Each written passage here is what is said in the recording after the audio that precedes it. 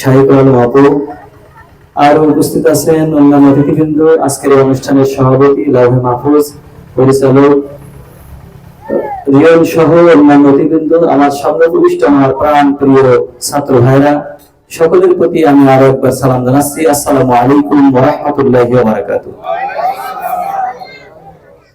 সর্বপ্রথম শুকরিয়া জ্ঞাপন করছি সেই মহান রব্বুল আলামিনের, যিনি আজকে আমাদের দীর্ঘ 15 বছর প্রতিকূল অবস্থা পার করে অন্তত পক্ষে অনুকূল আবহাওয়া আমাদেরকে দিয়ে দিয়েছেন।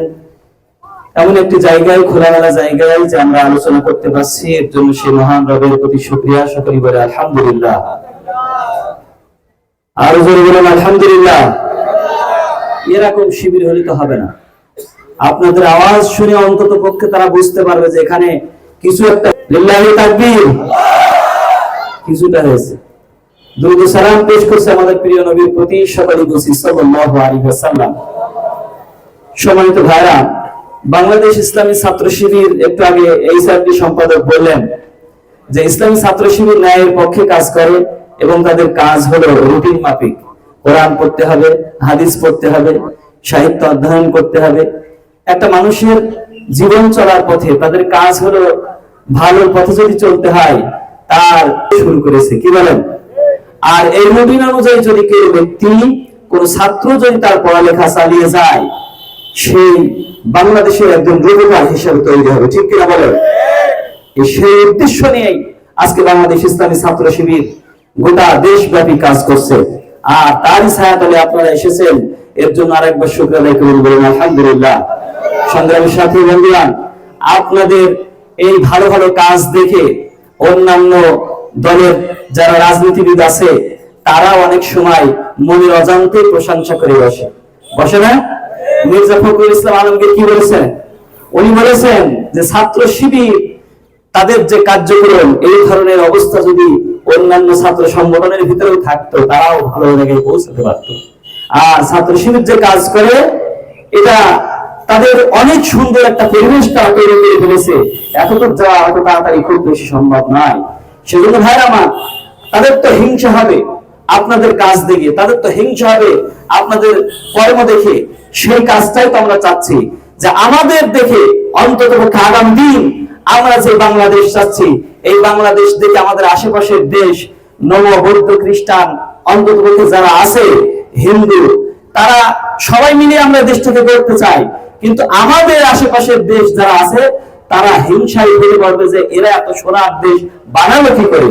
সেই উদ্দেশ্য নিয়েই বাংলাদেশ ইসলামী ছাত্র শিবির, জামাত ইসলাম তথা ইসলামী যত দল আছে সব ঐক্যমত পোষণ করেছে। এটা ভালো না খারাপ? আর যদি বলুন, তাহলে সেই দিকে যদি আমাদের অগ্রসর হতে হয়, আমাদের উপরে অনেক বাধা বিপত্তি অনেক কিছু আসবে। আর তার সামনে দাঁড়ানোর জন্য ইসলামী ছাত্র শিবির কাজ করবে, ঠিক কিনা? সেই জন্য আপনারা প্রস্তুত আছেন তো?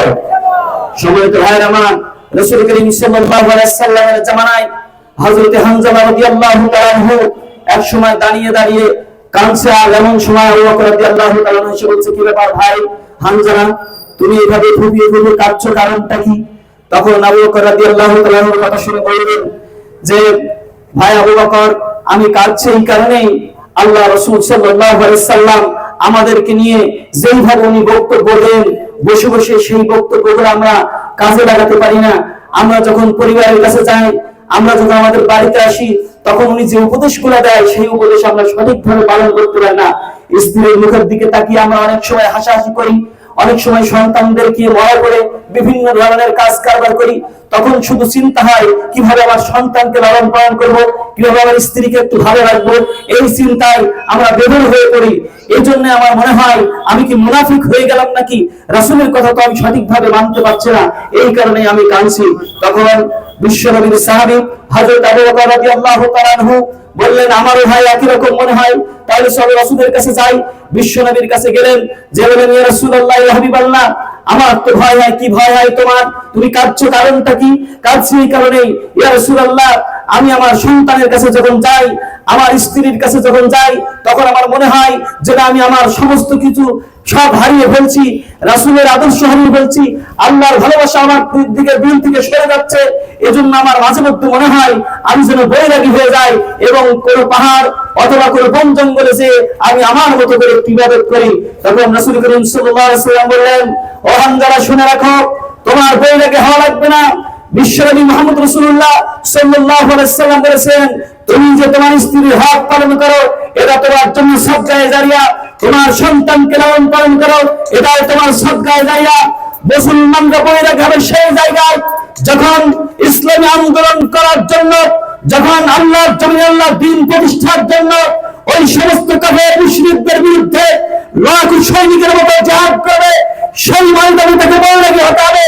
আর সেই বৈরাগী থেকেই আমার আল্লাহ রাব্বুল আলামিন সন্তুষ্ট হয়ে ফেরেশতাদেরকে বলতে থাকে, দেখো আজকে আমার বান্দা আমাকে দেখে নাই, আমার কথা শুধুমাত্র শুনেছে, আর সে আজকে বৈরাগী হয়ে গেছে, উম্মাদ হয়ে গেছে আমার জন্য, আমার দ্বীন প্রতিষ্ঠার কাজে। সুতরাং আমার বান্দার সমস্ত গুনাহ মাফ করে দিলাম, বলি সুবহানাল্লাহ। তাহলে সেই বৈরাগীর খাতায় আমাদের নাম তুলতে হবে। রাসূলের জামানায় যুদ্ধ হয়েছে, আমরা জানি রাসূলের জামানায় কিন্তু মাইক ছিল না, অন্য কৌশলে মানুষদেরকে ডাকা হতো। সুতরাং এখন আবার নতুন কৌশলের জিহাদ এসেছে, ব্যালটের জিহাদ। ঠিক কিনা বলুন? ব্যালটের মাধ্যমে দ্বীন প্রতিষ্ঠা হবে। এই ব্যালট যুদ্ধে যখন আমরা নেমেছি, সুতরাং এখানে যে আমাদের হয়তো না জীবনের সমস্ত রক্তবিন্দু দিয়ে ওই সমস্ত কাফের মুশরিকদের উত্তরসূরিদেরকে প্রতিহত করতে হতে পারে। তাদের মেরিন কালমাস দারুণের মতবাদ আমরা মানি না। আমরা কোরআনের জন্য কোরআনের রাজ কায়েম করতে চাই, সেজন্য আমাদেরকে সামনে অগ্রসর হতে হবে। আমরা ইতিমধ্যেই দেখতে পাচ্ছি বিগত স্বৈরাচারের দোসররা স্বৈরাচারের মতো আচরণ শুরু করেছে আরেকটি দল। সেই দলকে আমরা বলতে চাই, আমাদের মনে আছে যখন 2013 সালে ঢাকা শহরে আন্দোলন শুরু হয়, আমরা জানি দেশনেত্রী বেগম খালেদা জিয়া ওই দিন ডাক দিয়েছিল, মার্চ ফর ঢাকা, চলো চলো ঢাকা চলো। সেই দিন ইসলামী ছাত্র শিবিরের নেতৃবৃন্দ আমার ভাইরা বলেছিল, শোনো, তোমাদেরকে নির্দেশনা দিলাম, আমাদের এই সমস্ত যুবদল বিএনপি সহ সমস্ত নেতৃবৃন্দের সাথে কথা হয়েছে, যদি তারা ঢাকা শহরের মধ্যে একটা মিছিল বের করতে পারে, আমরা দায়িত্ব নিয়েছি এই ঢাকা শহরকে অচল করে দেবে। কিন্তু আমরা সকাল 7টা থেকে বিকাল 5টা পর্যন্ত অপেক্ষা করেছি, একটা মিছিল বের করতে পারে নাই। শেষ পর্যন্ত আমাদের গর্জিয়ার ছাত্র নেতারা বাধ্য হয়ে নিজেরা একটা মিছিল বের করেছিল। সুতরাং যখন তোমরা হুমকি ধামকি দাও, তোমাদের দৌড়ঝাঁপ আমরা চিনি, আমরা জানি, আমাদের মনে আছে।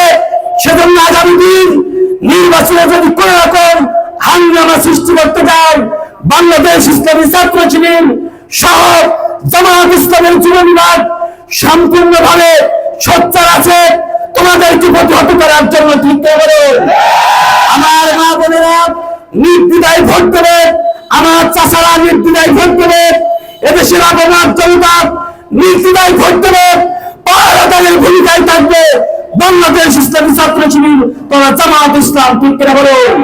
সেজন্য আমি সেখানকে আহ্বান রাখবো, যতই হুমকি ধামকি আসুক না কেন, আমাদের এসব হুমকি ধামকি দিয়ে কোনো লাভ হবে না।